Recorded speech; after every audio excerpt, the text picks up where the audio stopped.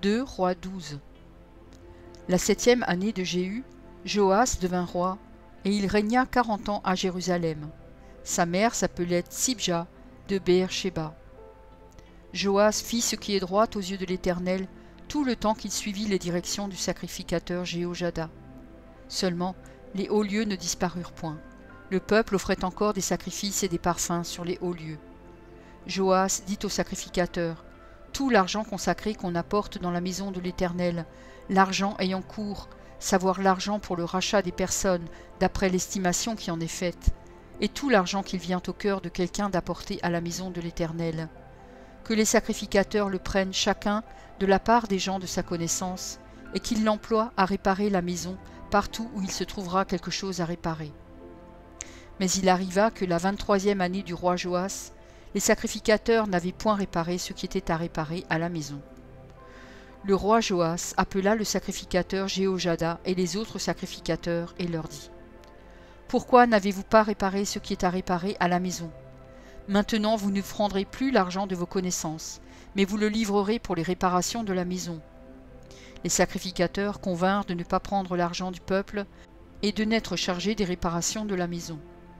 Alors le sacrificateur Jéhojada prit un coffre, perça un trou dans son couvercle et le plaça à côté de l'autel, à droite, sur le passage par lequel on entrait à la maison de l'Éternel. Les sacrificateurs qui avaient la garde du seuil y mettaient tout l'argent qu'on apportait dans la maison de l'Éternel. Quand ils voyaient qu'il y avait beaucoup d'argent dans le coffre, le secrétaire du roi montait avec le souverain sacrificateur, et il serrait et comptait l'argent qui se trouvait dans la maison de l'Éternel. Il remettait l'argent pesé entre les mains de ceux qui étaient chargés de faire exécuter l'ouvrage dans la maison de l'Éternel.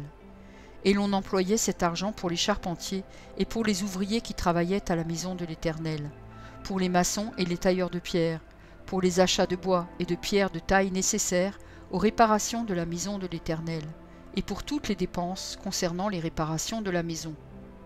Mais avec l'argent qu'on apportait dans la maison de l'Éternel, on ne fit pour la maison de l'Éternel ni bassin d'argent, ni couteau, ni coupe, ni trompette, ni aucun ustensile d'or ou d'argent. On le donnait à ceux qui faisaient l'ouvrage, afin qu'ils l'employassent à réparer la maison de l'Éternel. On ne demandait pas de compte aux hommes, entre les mains desquels on remettait l'argent pour qu'ils le donnassent à ceux qui faisaient l'ouvrage, car ils agissaient avec probité. L'argent des sacrifices de culpabilité et des sacrifices d'expiation n'était point apporté dans la maison de l'Éternel, il était pour les sacrificateurs. Alors Hazaël, roi de Syrie, monta et se battit contre Gath, dont il s'empara. Hazaël avait l'intention de monter contre Jérusalem.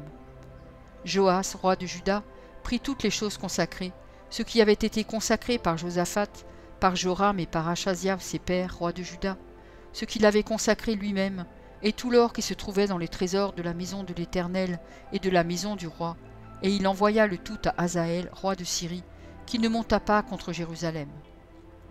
Le reste des actions de Joas, et tout ce qu'il a fait, cela n'est-il pas écrit dans le livre des chroniques des rois de Juda? Ses serviteurs se soulevèrent et formèrent une conspiration. Ils frappèrent Joas dans la maison de Milo, qui est à la descente de Silla. Josacar, fils de Chiméat, et Josabad, fils de Shomer, ses serviteurs, le frappèrent et il mourut. On l'enterra avec ses pères dans la ville de David, et Amatsia, son fils, régna à sa place. 2 Rois 13. La 23e année de Joas, fils d'Achasia, roi de Juda, Joachaz, fils de Jéhu, régna sur Israël à Samarie. Il régna 17 ans. Il fit ce qui est mal aux yeux de l'Éternel. Il commit les mêmes péchés que Jéroboam, fils de Nébat, qui avait fait pécher Israël, et il ne s'en détourna point. La colère de l'Éternel s'enflamma contre Israël, et il les livra entre les mains de Hazaël, roi de Syrie, et entre les mains de Ben-Hadad, fils de Hazaël, tout le temps que ces rois vécurent. Joachaz implora l'Éternel. L'Éternel l'exauça, car il vit l'oppression sous laquelle le roi de Syrie tenait Israël. Et l'Éternel donna un libérateur à Israël. Les enfants d'Israël échappèrent aux mains des Syriens, et ils habitèrent dans leurs tentes comme auparavant. Mais ils ne se détournèrent point des péchés de la maison de Jéroboam, qui avait fait pécher Israël. Ils s'y livrèrent aussi, et même l'idole d'Astarté était debout à Samarie. De tout le peuple de Joachaz, l'Éternel ne lui avait laissé que 50 cavaliers, 10 chars et 10 000 hommes de pied. car le roi de Syrie les avait fait périr et les avait rendus semblables à la poussière qu'on foule aux pieds. Le reste des actions de Joachaz, tout ce qu'il a fait et ses exploits, cela n'est-il pas écrit dans le livre des chroniques des rois d'Israël? Joachaz se coucha avec ses pères, et on l'enterra à Samarie. Et Joas, son fils, régna à sa place. La 37e année de Joas, roi de Juda, Joas, fils de Joachaz, régna sur Israël à Samarie. Il régna 16 ans. Il fit ce qui est mal aux yeux de l'Éternel.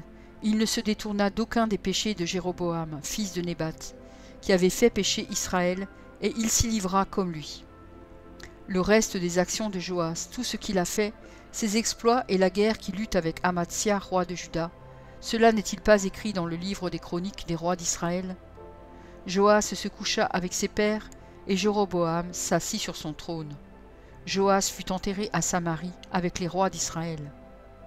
Élisée était atteint de la maladie dont il mourut, et Joas, roi d'Israël, descendit vers lui, pleura sur son visage et dit « Mon père, char d'Israël et sa cavalerie. » Élisée lui dit « Prends un arc et des flèches. » Et il prit un arc et des flèches. Puis Élisée dit au roi d'Israël « Bande l'arc avec ta main. » Et quand il l'eut bandé de sa main, Élisée mit ses mains sur les mains du roi, et il dit « Ouvre la fenêtre à l'orient. » Et il l'ouvrit. Élisée dit « Tire. » Et il tira. Élisée dit « C'est une flèche de délivrance de la part de l'Éternel, une flèche de délivrance contre les Syriens. Tu battras les Syriens à Aphek jusqu'à leur extermination. » Élisée dit encore « Prends les flèches. » Et il les prit. Élisée dit au roi d'Israël « Frappe contre terre. » Et il frappa 3 fois et s'arrêta. L'homme de Dieu s'irrita contre lui et dit « Il fallait frapper 5 ou 6 fois, alors tu aurais battu les Syriens jusqu'à leur extermination. Maintenant tu les battras 3 fois. » Élisée mourut et on l'enterra. L'année suivante, des troupes de Moabites pénétrèrent dans le pays. Et comme on enterrait un homme, voici, on aperçut une de ces troupes, et l'on jeta l'homme dans le sépulcre d'Élisée. L'homme alla toucher les os d'Élisée, et il reprit vie et se leva sur ses pieds. Hazaël, roi de Syrie, avait opprimé Israël pendant toute la vie de Joachaz. Mais l'Éternel leur fit miséricorde et eut compassion d'eux.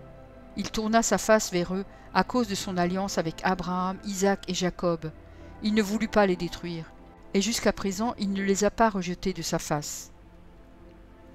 Hazaël, roi de Syrie, mourut, et Ben-Hadad, son fils, régna à sa place. Joas, fils de Joachaz, reprit des mains de Ben-Hadad, fils de Hazaël, les villes enlevées par Hazaël à Joachaz, son père, pendant la guerre. Joas le bâtit 3 fois, et il recouvra les villes d'Israël. 2 Chroniques 24. Joas avait 7 ans lorsqu'il devint roi, et il régna 40 ans à Jérusalem. Sa mère s'appelait Tsibja de Beer-Sheba. Joas fit ce qui est droit aux yeux de l'Éternel pendant toute la vie du sacrificateur Jéhojada. Jéhojada prit pour Joas 2 femmes, et Joas engendra des fils et des filles. Après cela, Joas eut la pensée de réparer la maison de l'Éternel. Il assembla les sacrificateurs et les Lévites, et leur dit « Allez par les villes de Juda, et vous recueillerez dans tout Israël de l'argent, chaque année pour réparer la maison de votre Dieu. Et mettez à cette affaire de l'empressement. » Mais les Lévites ne se hâtèrent point. Le roi appela Jéhojada, le souverain sacrificateur, et lui dit « Pourquoi n'as-tu pas veillé à ce que les Lévites apportassent de Juda et de Jérusalem l'impôt ordonné par Moïse, serviteur de l'Éternel, et mis sur l'assemblée d'Israël pour l'attente du témoignage? Car l'impie Athali et ses fils ont ravagé la maison de Dieu et fait servir pour les Baals toutes les choses consacrées à la maison de l'Éternel. » Alors le roi ordonna qu'on fît un coffre, et qu'on le plaça à la porte de la maison de l'Éternel en dehors. Et l'on publia dans Juda et dans Jérusalem qu'on apporta à l'Éternel l'impôt mis par Moïse, serviteur de l'Éternel, sur Israël dans le désert. Tous les chefs et tout le peuple s'en réjouirent, et l'on apporta et jeta dans le coffre tout ce qu'on avait à payer. Quand c'était le moment où les Lévites, voyant qu'il y avait beaucoup d'argent dans le coffre, devaient le livrer aux inspecteurs royaux, le secrétaire du roi et le commissaire du souverain sacrificateur venaient vider le coffre, ils le prenaient et le remettaient à sa place. Ils faisaient ainsi journellement, et ils recueillirent de l'argent en abondance. Le roi et Jéhojada le donnaient à ceux qui étaient chargés de faire exécuter l'ouvrage dans la maison de l'Éternel, et qui prenaient à gage des tailleurs de pierre et des charpentiers pour réparer la maison de l'Éternel, et aussi des ouvriers en fer ou en airain pour réparer la maison de l'Éternel. Ceux qui étaient chargés de l'ouvrage travaillèrent, et les réparations s'exécutèrent par leurs soins. Ils remirent en état la maison de Dieu et la consolidèrent. Lorsqu'ils eurent achevé, ils apportèrent devant le roi et devant Jéhojada le reste de l'argent, et l'on en fit des ustensiles pour la maison de l'Éternel, des ustensiles pour le service et pour les holocaustes, et d'autres ustensiles d'or et d'argent. Et pendant toute la vie de Jéhojada, on offrit continuellement des holocaustes dans la maison de l'Éternel. Jéhojada mourut, âgé et rassasié de jours. Il avait à sa mort 130 ans. On l'enterra dans la ville de David avec les rois, parce qu'il avait fait du bien en Israël, et à l'égard de Dieu et à l'égard de sa maison. Après la mort de Jéhojada, les chefs de Juda vinrent se prosterner devant le roi, alors le roi les écouta. Et ils abandonnèrent la maison de l'Éternel, le Dieu de leur père, et ils servirent les Astartés et les idoles. La colère de l'Éternel fut sur Juda et sur Jérusalem, parce qu'ils s'étaient ainsi rendus coupables. L'Éternel envoya parmi eux des prophètes pour les ramener à lui, mais ils n'écoutèrent point les avertissements qu'ils en reçurent. Zacharie, fils du sacrificateur Joachada, fut revêtu de l'Esprit de Dieu. Il se présenta devant le peuple et lui dit : « Ainsi parle Dieu. Pourquoi transgressez-vous les commandements de l'Éternel? Vous ne prospérerez point, car vous avez abandonné l'Éternel, et il vous abandonnera. » Et ils conspirèrent contre lui, et le lapidèrent par ordre du roi, dans le parvis de la maison de l'Éternel. Le roi Joas ne se souvint pas de la bienveillance qu'avait eue pour lui Jéhojada, père de Zacharie, et il fit périr son fils. Zacharie dit en mourant : « Que l'Éternel voie, et qu'il fasse justice. » Quand l'année fut révolue, l'armée des Syriens monta contre Joas, et vint en Juda et à Jérusalem. Ils tuèrent parmi le peuple tous les chefs du peuple, et ils envoyèrent au roi de Damas tout leur butin. L'armée des Syriens arriva avec un petit nombre d'hommes, et cependant l'Éternel livra entre leurs mains une armée très considérable, parce qu'ils avaient abandonné l'Éternel, le Dieu de leur père, et les Syriens firent justice de Joas. Lorsqu'ils se furent éloignés de lui, après l'avoir laissé dans de grandes souffrances, ses serviteurs conspirèrent contre lui à cause du sang des fils du sacrificateur Jéhojada. Ils le tuèrent sur son lit et il mourut. On l'enterra dans la ville de David, mais on ne l'enterra pas dans les sépulcres des rois. Voici ceux qui conspirèrent contre lui : Zabad, fils de Shéméat, femme ammonite, et Josabad, fils de Shimrith, femme moabite. Pour ce qui concerne ses fils, le grand nombre de prophéties dont il fut l'objet, et les réparations faites à la maison de Dieu, cela est écrit dans les mémoires sur le livre des rois. Amatsia, son fils, régna à sa place. Merci pour ton écoute. Je t'encourage à écouter encore la parole du Seigneur. J'ai pris un engagement avec lui et je publierai tous les jours un verset. Si j'en oublie un jour, j'en ferai 2 le lendemain. De ton côté, tout ce que tu as à faire, c'est de t'abonner à cette chaîne. Et s'il te plaît, n'oublie pas le pouce bleu. Et si tu veux me laisser un gentil commentaire, c'est aussi apprécié. Pour écouter la suite, clique simplement sur la vidéo du jour suivant, en haut à gauche. Que Dieu te bénisse.